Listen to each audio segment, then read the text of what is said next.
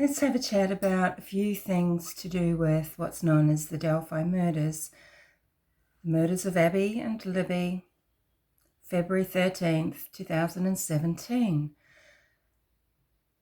The insane clown posse just keeps getting activated. Currently, there's going to be a new influx of Ron Logan done it, this done it crowd, this dunnit-kruger crowd, okay? If you're able to disengage, you can have a good laugh at the comments. But really, because, we're talking about real people, a real town, a town of Delphi. It's not the village of the damned, okay, as some like to call it.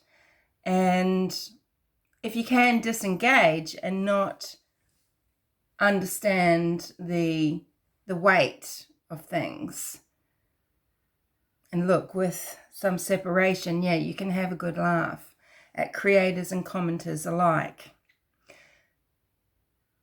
Some commenters just creators because they are narcissistic and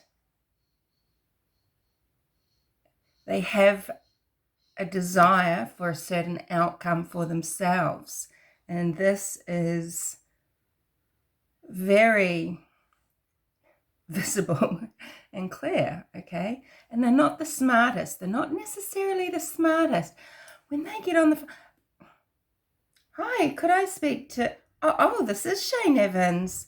They're always going to fuck up. They don't really understand what they're asking, why, how, so they're asking about the wrong thing. Let's talk about Shane Evans and the wrong thing. Now, there's a particular person that says maybe because Shane Evans was, I don't know what you call them here, it's sort of ducks. I think we do have valedictorian. Because he came second to Libby's niece, Shane Evans is rotten about that. Look, Shane Evans is winning in life. Okay, Shane Evans is winning in life. He was 25 when he was elected as an independent, as mayor to the city of Delphi. That means actually being an independent that he can, I think, name his successor. Now he's moved on though. He was mayor at the time of the murders for a few years. And he's moved on. He's the deputy chief prosecutor. He's replacing Tony Hawkins, who has moved up to judge, replacing Judge Curtis Feltz. Oh, people make a big thing about all these names popping up all the time. He was Greeno's lawyer. Oh, wow. I mean, how many lawyers do you think there are around Lafayette, around Delphi? How many judges? Someone's going to preside over these cases, right? This is a small town. So Tony Hawkins has gone up to judge. Shane Evans has moved into that position. He's winning. He's young. He's successful. He's fulfilling his role within his family structure of maintaining legend and dynasty. Legend and dynasty, the type that people like Dan and David McCain's embody. They take roles up in these families. And what they're trying to do now, saving the city of Delphi, making sure that there is lifeblood in Delphi, maybe based around the lifeblood, which is the beautiful waterways, Wabash, the Wabash River, the Wabash Erie Canal system, the creek systems like Deer Creek, like Sugar Creek, and all the history that is in their area that their family has been instrumental in either creating or preserving. This is what they're fighting for when they want to save the trail systems, save that old Monon line, okay? And They don't want their town to keep atrophying this beautiful jewel of an area in Carroll County with so much history to do with pilgrims and industry. Okay, so the area is very important from an archaeological angle, which of course brings in the person from the university who is involved with the McCains and trying to preserve things, with Baum, with,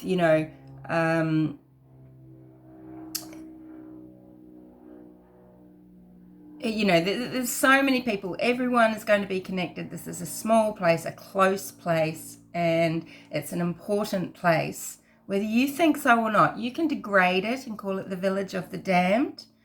It's a village fighting for life, okay? And it's suffering not only because it's losing, their way of life and, people there, some of them are snowbirds. They come in and then they take wealth out and they go and live for 6 months of the year elsewhere. So it's a little frowned upon because, the people of Delphi, they're born there, they're raised there, and they stay there, they live there. But still, this population, it's not growing. It was around 2,800. I'll tell you more about the archaeologist from the university later, and I'll talk about a lot of things, depending on how much time I've got. 2,800 people in 2017, and the whole of Carroll County had only around 20,000. This is the whole of the county in Indiana. So you've got Indiana and this little county, sort of top mid, and it's projected by 2050, Carroll County may only have 16,000 people. People are moving off the land and, maybe they're going other places to make a crack at it, moving up to Chicago, going over wherever. So, and if young people aren't staying and aren't having their families here, this is why the area is declining. And there needs to be industry for them. The industry there at the moment is, you've got Andersons and you've got Packers. And Randy Gravett was explaining the other night that there used to be more industry, furniture manufacture, etc. And how the businesses in the town, they'd all work together so that shifts would differ. So, because these are 24-hour businesses, right? And, they'd start and stop at slightly different times so that the small town wasn't congested and people could actually get out and get home to their families, get home to their own recreational lives and not sit in traffic. So that's an awesome type of spirit. And maybe I should just, so if you've got, sorry about just all of this, you've got the Hoosier Heartland. This is a highway, Hoosier Heartland, running south, north, north, south. And you've got Deer Creek, and the main metropolis, the small city of Delphi, straddles Deer Creek. And you've got the Wabash River, and from the Wabash River and going up across the west side of town, you've got the Wabash Erie Canal, and up at the top of town there on the canal, there's the, it's a historic district, museum, etc. This is a decent sized town as far as streets and structures, okay? Of course, there's the Delphi County Courthouse, the county jail, and there's various restaurants and things like that. This isn't a one-horse town where you might be able to get a pie at a gas station on a good day. it's been built up with infrastructure because of how important it has been, of what value it has had. And these pioneers with spirit have built this town. And people call it the village of the damned, on top of all its grieving and woe. Then where the city of Delphi nestles, all around you've got these little parks. So, City Park on the north side of Deer Creek, you've got Riley Park, you've got a number of them just dotted around, and there's all these interesting trails that go around. Some of them are only, 500 meters, 1.5 miles, those sort of distances. But the trail system, they dissect and they circumnavigate the city of Delphi, going to all sorts of interesting places. There's a swing bridge, a wooden swing bridge. So you walk upstairs and you go across the swing bridge to cross Deer Creek from City Park to Riley Park. I think it's called Riley Park, right? And so where City Park is on that north side of the swing bridge, there's this walkway. So it's a paved area. You could leave your office or business, in the city of Delphi and go out for a run in your half-hour lunch break and run out to Monon High Bridge, right? Do you realize this is close? The bridge itself is a little bit isolated because you've got farmland all around and rural properties all around. You've left the edge of town, but it's on the edge of town. You go from the city park, so on the north side of Deer Creek, right? And you go out along the walkway out to the Freedom Bridge. This is on the old Monon line. And the Freedom Bridge, which was brought in from a farming area, I think, was it Oklahoma? And the family that sold it or donated it, that's Adam, who's on, one of the She Who Shall Not Be Named channels, who has a very strong PI suspect for the person that's on the bridge and etc., right? Sonny. Anywho, so Adam's family, that family, this is where the Freedom Bridge came from. It used to be out somewhere else. It's been repurposed, and it's been placed over the Hoosier Heartland Highway. Sorry, it's a mouthful.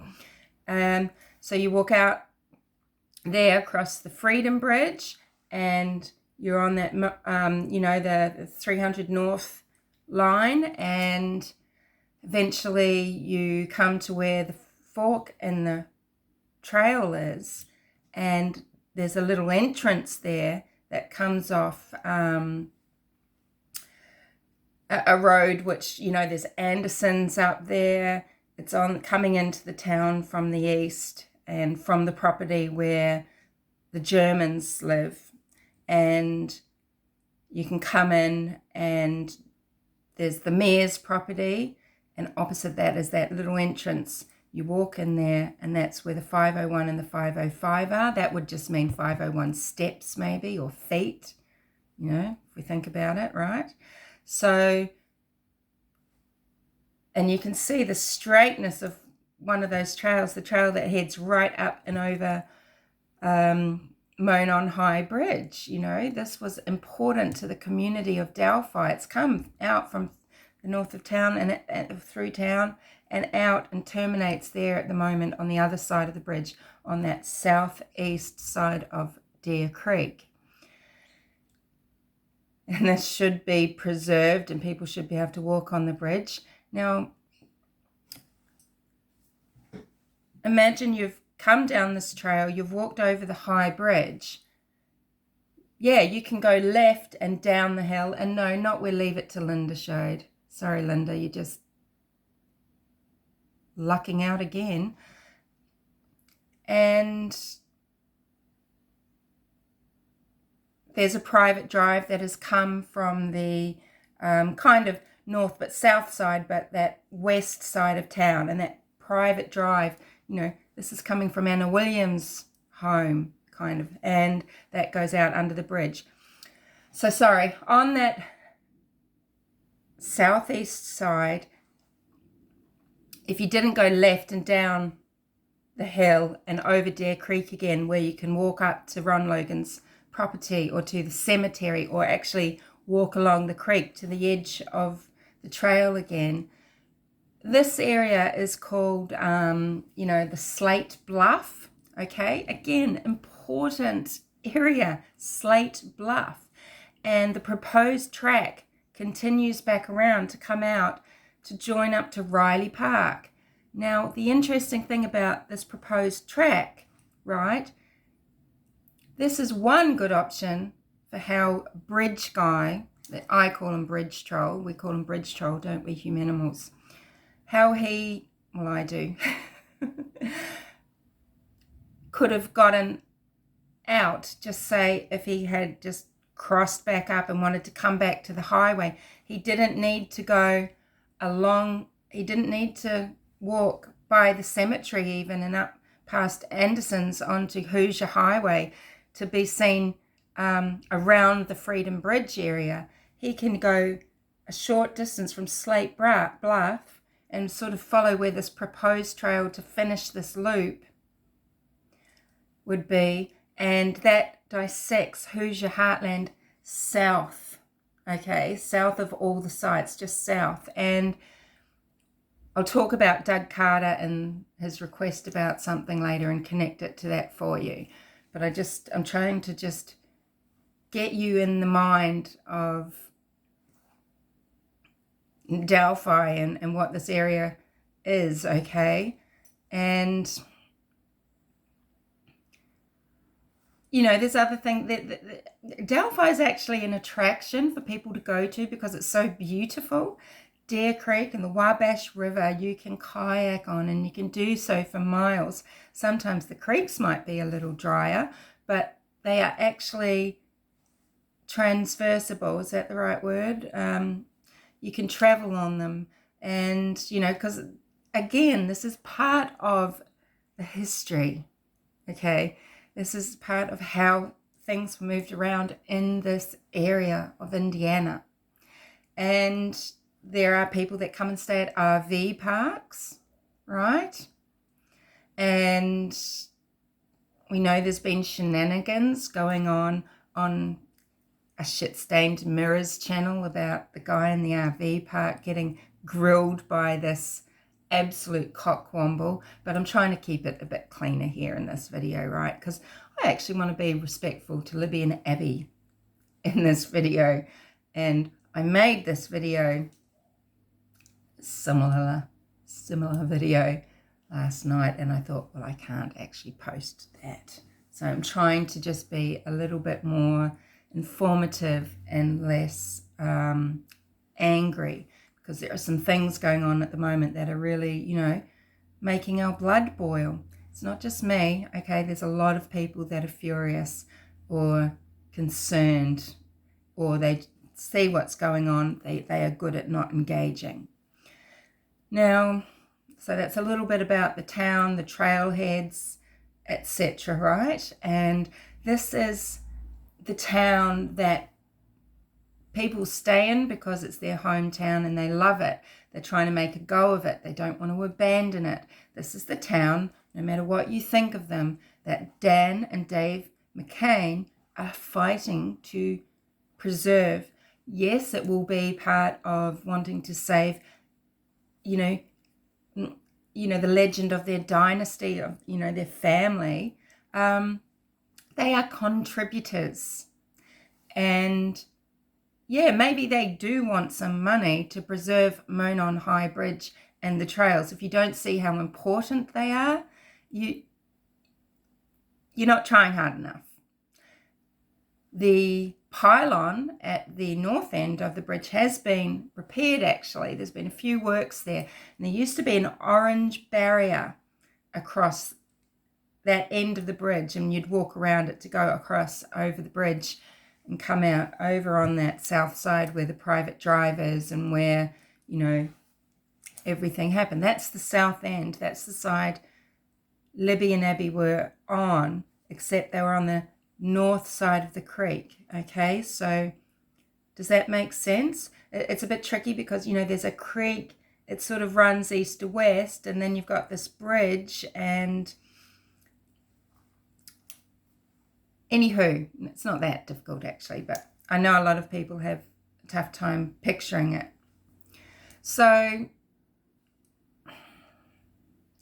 pylon has been rebuilt kind of, so that the foundation is strong again to keep this historic bridge up until they can actually get up and now complete the trail. At the time, in 2017, that bridge was owned by CSX, but I'm not sure now if it is in the portfolio of the city of Delphi. I'm not sure, I can't remember now.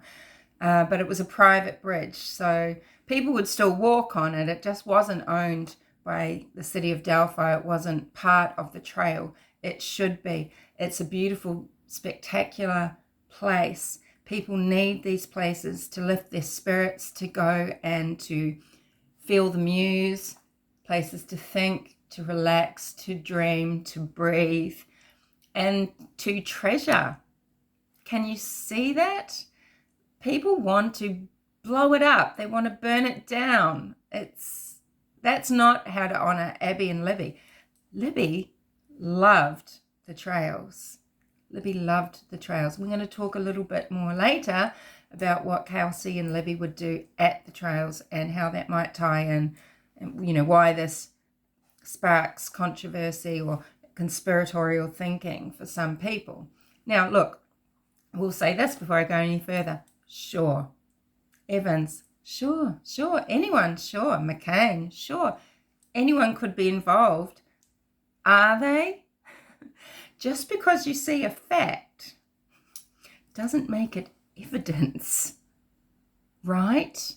So Shane Evans, as I said, he was the young mayor, elected mayor of Delphi City in 2017. Delphi City, as all cities do throughout Carroll County, they have 12 meetings a year, general meetings that are held at 7 p.m.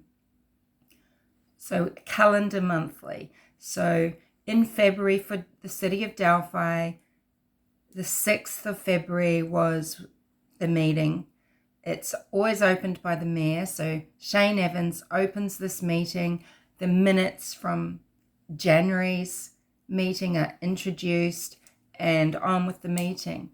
In minutes for a meeting, how this works is it's recorded who's there. Now, it's not recorded which citizens are sitting in as an audience wanting to listen to the order of the day, so to speak.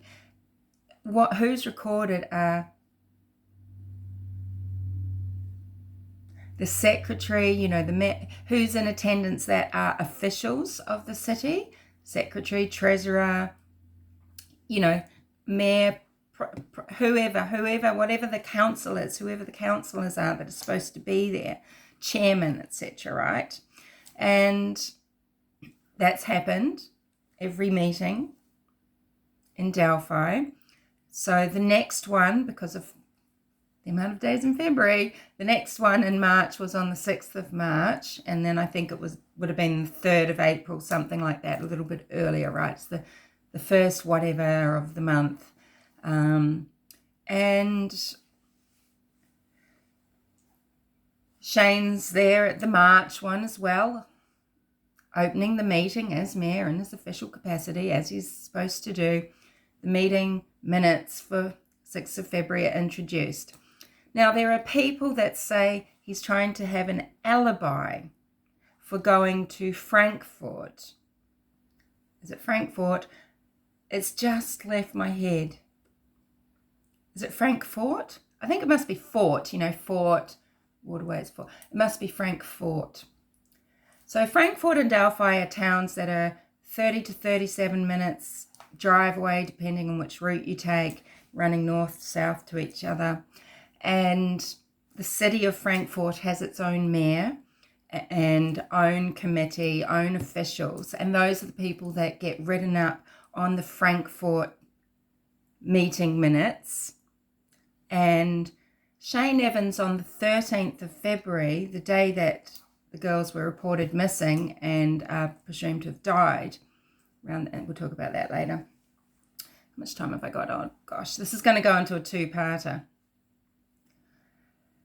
Shane Evans has driven out to the 7 p.m. meeting in Frankfurt. It's a half an hour away, so he's got the travel time there. He's there in the evening just for an hour. He's had his phone off. He's there just as an observer. You know, he's taking an interest in what's happening in the county, and he's come out of the meeting and put his phone on, and I think a friend of his who is in an official capacity as some sort of firefighter, something like that, has told him, we got a call at 7 p.m. that 2 girls are missing, and we're actually out here now looking on the trails.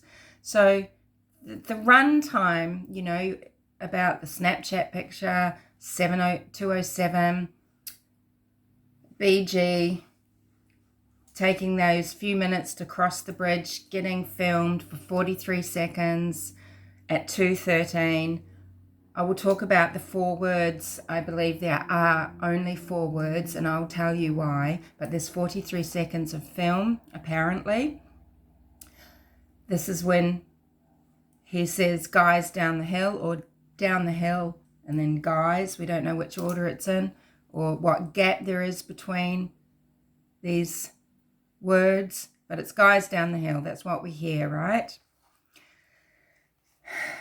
So we can presume that the murders took place because, yes, that crime scene, that scene where they were found, is where they were murdered. And this would have happened very quickly after 2:15. So maybe by 2:45, everything is over. Maybe even earlier, but by 2:45, at least by 3, everything is over. And Bridge Guy, and if he's got an accomplice, these heinous people are skedaddling.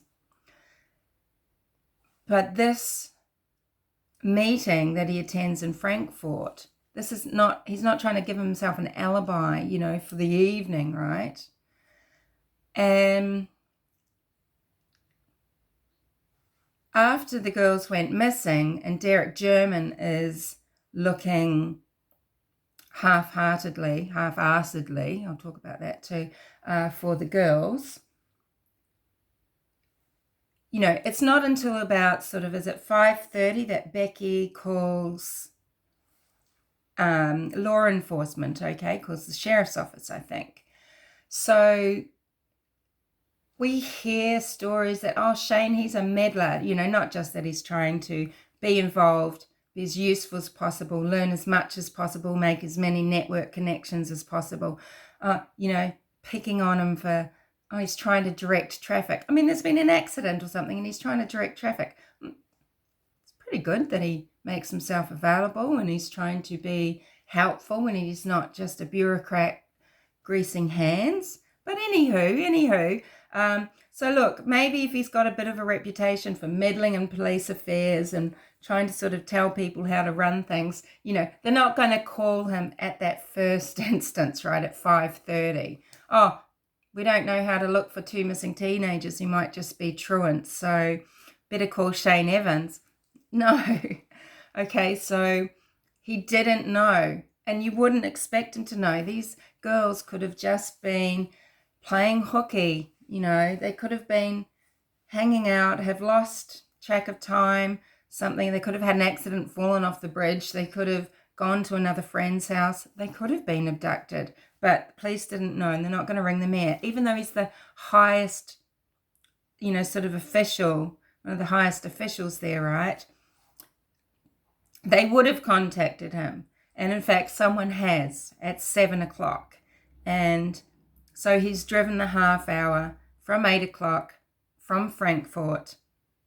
He's not on the minutes because he's not an official. He's not there in a capacity, sitting in the committee or as head or anything. He's not part of that meeting officially. He's there as an observer.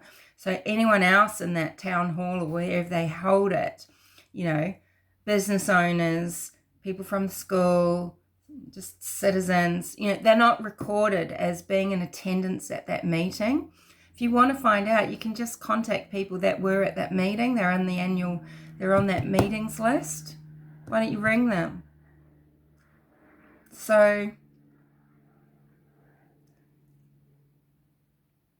he's turned up at 8:30 at the bridge, and he's a little bit shell-shocked because he's as concerned as everyone else, you know, and this is a young man that's got a lot on his shoulders. He's very capable. He's got a lot of confidence, right? He can do anything. You know, as I said, he's currently the deputy chief prosecutor. He's not floundering in life, right? And he's getting there because he's got the drive, and maybe because he does get involved in a lot of things. He's there, he's visible. He got elected on his own, not because he was a Democrat or a Republican, and it's just one of those stronghold seats for either party. Okay? So what else do we need to sort of talk about? I mean, quite a lot. So he's not trying to give an alibi for that. Now, True Crime Jesus has thrown quite the cat amongst the pigeons, right? Because there's a video amongst many good videos that he makes. Let's not be wrong. He, makes some compelling, interesting entertainment. Okay, but remember what people are presenting that might contain some facts. They're not all facts. They're not all actually logical if you look at it. Again, we've got the dunnit-kruger crowd sometimes, and I get caught up in things that I question. So for example, there was one quick line that he puts in. He says, Shane Evans didn't file an activity report for February 2017. Well, okay. Have you ever had a role where you are just, you want to do your job, not just make reports? It's for certain types of brains and everything, there is nothing that is more of a drag. And sometimes you have to bring in a new discipline, which he probably has because he's studied for law degrees, etc. But you need to bring in a new discipline, which is to, document as you go, just cut and paste things into a document from your diary, from whatever, so that you can easily make a report at the end of the month, for example, right? Keep a spreadsheet, whatever. Now, there was a lot going on in February. Do we know if this is the only activity? Number one, there was no qualification that True Crime Jesus gave about that. It was just a sentence. So who did he ask? How is it supposed to be filed? Was that confirmed? Is there an activity report? Is it an activity report about him and his role? So, kind of meeting his KPIs, his key performance indicators, or is it an activity report, about the city? So this business is reopening, this one closed, Andersons are doing this, Packers is doing that. I met with these people, we're talking about this. There were how many accidents, this much crime. These are the good things, these are the bad things. Was it that kind of activity report? All of these things which are documented anyway, and his involvement. He's the mayor, he's very visible. People know where he is all the time, and if he's not, they will look for him. Not only that, he's using tools of trade provided to him by the city, phone, computer, maybe an iPad, email addresses, cars, etc., right? So he's very traceable. And if you want to know what he was doing earlier on in the day before he went to Frankfurt, there will be ways of doing it, but just, he's not like, evil plan. Who has a lot of brains and drive, I'm involved in this heinous double murder, but don't worry, because all I have to do is not file an activity report for the month. I mean, he was very busy that month, turned out to be totally batshit, right? Okay, there was a lot going on. On any given day, there were 20 FBI agents amongst other people, law enforcement officers, etc., working on the Delphi murders, right? This was a big situation, 35 people sometimes in a day. I think they rented a building for a while and then they had to go back to the courthouse. Maybe the lease got up. Was it RMK or something like that? And now they've moved again. But, yes, he got highly involved in that murder. And, yes, sometimes that's suspicious, right? But the guy's the mayor. He's holding high office. He wants to know, okay? So does this mean that he's not involved in, does what I'm saying? I mean, I'm not saying one thing or the other, right? Could he be involved in shady things? Sure. Could he be wheeling and dealing? I mean, sure, because people use their positions, it's who you know, right? And they make deals. Could he be involved in something nefarious? Sure, I don't know. I'm not saying every single person that people talk about is innocent, but please stop and think and just use your own mind and use your own thought processes to decide about, what it is about what you're hearing that you're going to hold on to and what you're going to discard or just keep in the back of your mind to connect for later. So he didn't, how many other months? So number one, is it a fact that he has to fill out submit an activity report? Number two, how does he submit this report? Is it electronic? Where is it stored? Who, how things are noted, you use codes, dates, names for how you save files. They're on every document. There's ways of doing things. Things are stamped, whatever. So how does he file these reports? Did he often not file an activity report? But what other ways is he having to report anyway, right? He's probably the most traceable person in Delphi. So, law enforcement officers, there probably has been someone, maybe the FBI actually, just checking out all these people. Okay, now this does bring us to on the 20th, 20th of February, because he did a week of making a lot of press, interviews on TV, etc. And one on the 20th, he's saying, these young girls will never get home to their families to live out the rest of their lives doing what they were going to achieve and making their choices and, being with their families. And these girls, this will always be in our memories. The darkest of people will make a connection now to, is that what Carter was alluding to, saying the way you left them there isn't how, they are now? Because he's thinking, let's erase the memory that this guy has of how he posed these girls or something, He's trying to express his grief and his shock that, these girls, they didn't get their life. Their life is gone forever. And the only way they live on is in the traumatized memories of people that have been around at the time and will forever think of them. Okay, and people, there's a lot made of how he is at a press conference. Well, because on the 22nd, right, so you've got this, the shoulder to shoulder, right, the shoulder to shoulder conference where you've got everyone. You've got, Robert Ives and Tobe and Doug Carter talks, and I don't know, I can't remember what's the name of the chief. Was it Mullins? And you've got Greg Messer from the FBI.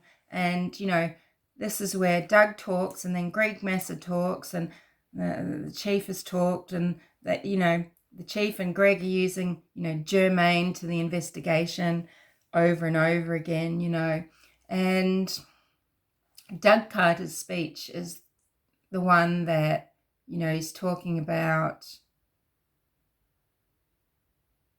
because he's saying we're all here en masse, but we need you because, okay, so how he says it, he's telling people to think about it, but it is interesting how he talks, because he says, is it a family member? Is it a neighbor? Is it an associate? Is it that one guy that lives that one place that's a little bit off? Is it his jeans? Is it his jacket? Is it his sweatshirt? And he still says, is it his shirt tail? So he's putting all these pieces in there for you. Oh, sweatshirts come to mind. Does he mean a hoodie? But is there a shirt also? Shirt tail. He says, is it his posture? Is it his right hand? Okay. And then, he's talking about, maybe you think, he's talking about the person that might be able to give that clue, call in with that tip saying this, I want to tell you about this person. He says, don't let this undermine you. Don't think, oh, well, he couldn't do that to another human being. Don't let that stop you calling in a tip. That's interesting as well, right? Because to another human being, so maybe it's someone that can do something to animals, and maybe someone around that person would think, oh, but he surely could not do that to a person, to a human being. I don't know, right? And is it Mullins? Sorry if this is wrong, but first there's Greg Masser, and he just going to let my dog out. Sorry. So Greg Masser, and so he's talking about how he's been reporting to the FBI, to the heads of the FBI, how he is reporting regularly and, every night or around the clock if he has to, so that everybody's informed. So some people might think this is this is something interesting. First, we've got, talking about another human being. We've got shoulder to shoulder, and, because Shane Evans is standing there shoulder to shoulder with everybody, right? Or you could think that they are showing the town and Carroll County and Indiana and the world that they're standing there shoulder to shoulder, united there together to solve this crime and against the perpetrator, like, a wall of warriors with shields going against the enemy, maybe, Is it a message to the perpetrator? People will say this is all about Shane Evans. So Greg, then he's talking about, and this is when he does throw some numbers around, I think, about, the 20 people in a given day. They're working on this night and day, right? And he starts talking about what's germane to the investigation, and he wants to spark in someone that person who's maybe been used as an alibi, who realizes that something was a little bit off with someone on the day. So he says maybe they were late for an appointment or didn't show up. Maybe they gave reasons they were out of communication because their phone broke or was dropped or broken, out of battery. Maybe they had a flat tire. Maybe, afterwards they've changed their appearance. So they've shaved their beard, cut their hair. They're more, they're wearing different type of clothing, like a different style of clothing. Logan didn't suddenly wear a different type of clothing or shave his mustache or do anything. Okay, but we'll get to him in a bit. Are you concerned about their whereabouts? And was there something that now, if you thought about it, well, maybe it needs to be checked? He says, follow it through and, and get that tip into us. Okay, so he's trying to say things, to get people to realize there's been this change in behavior. Are they using alcohol and other drugs more regularly? Are they not sleeping? Are they taking a really expressive interest in Libby and Abby's case? You know, how the Kleins did, how Keegan Klein was obsessed with it. I mean, lots of people were. But he was, you know, supposedly didn't know about it, right? But that's what he's Googling in Vegas. So, and then this is the day, so the 22nd, this is the day that they release audio file, and Mullins or whatever is again, this is how I think, this is why I think there's only 4 words. He says, you're going to hear some audio. So, you know, they've already released a still image of Bridge Guy. And then now they're releasing audio. They're telling people they've got 43 seconds of video and they're releasing audio. And he says, you're going to hear 4 words. And he goes, oh, sorry, you're going to hear 3 words 4 times. So you think, okay, he just made a mistake. He got tied up in his head with the 3 and the 4. Roll the audio, and the audio plays 3 times. Down the hill, down the hill, down the hill. This is why the HLN podcast or whatever was called Down the Hill. It's not called Guys Down the Hill. It's called Down the Hill. And it plays 3 times, and he goes, would you play that again, please? And they play it 1 more time, so it's fulfilled that 4 times. I think the only words they have is guys down the hill. Guys down the hill. So maybe they wanted to keep guys out because people were going to think, oh, they're not talking about Abby and Libby. They're talking to other men, something like that. I don't know. Other people. I don't know. So, okay, now we've got, you know, what have we got going on here? We've got a lot of things springing back up again. I mean, we've got Harvemeister, you know, Harvey Carroll bringing the pork chop back. We've got ex-detectives who should know better and just stick to what their expertise and their experience can bring. They talk about procedural things, etc., right? Instead of not fielding questions properly about, you know, when people say in chats, what about James Bryan Chadwell II having Liberty German's face tattooed on his body? And they don't know how to cut that down, right?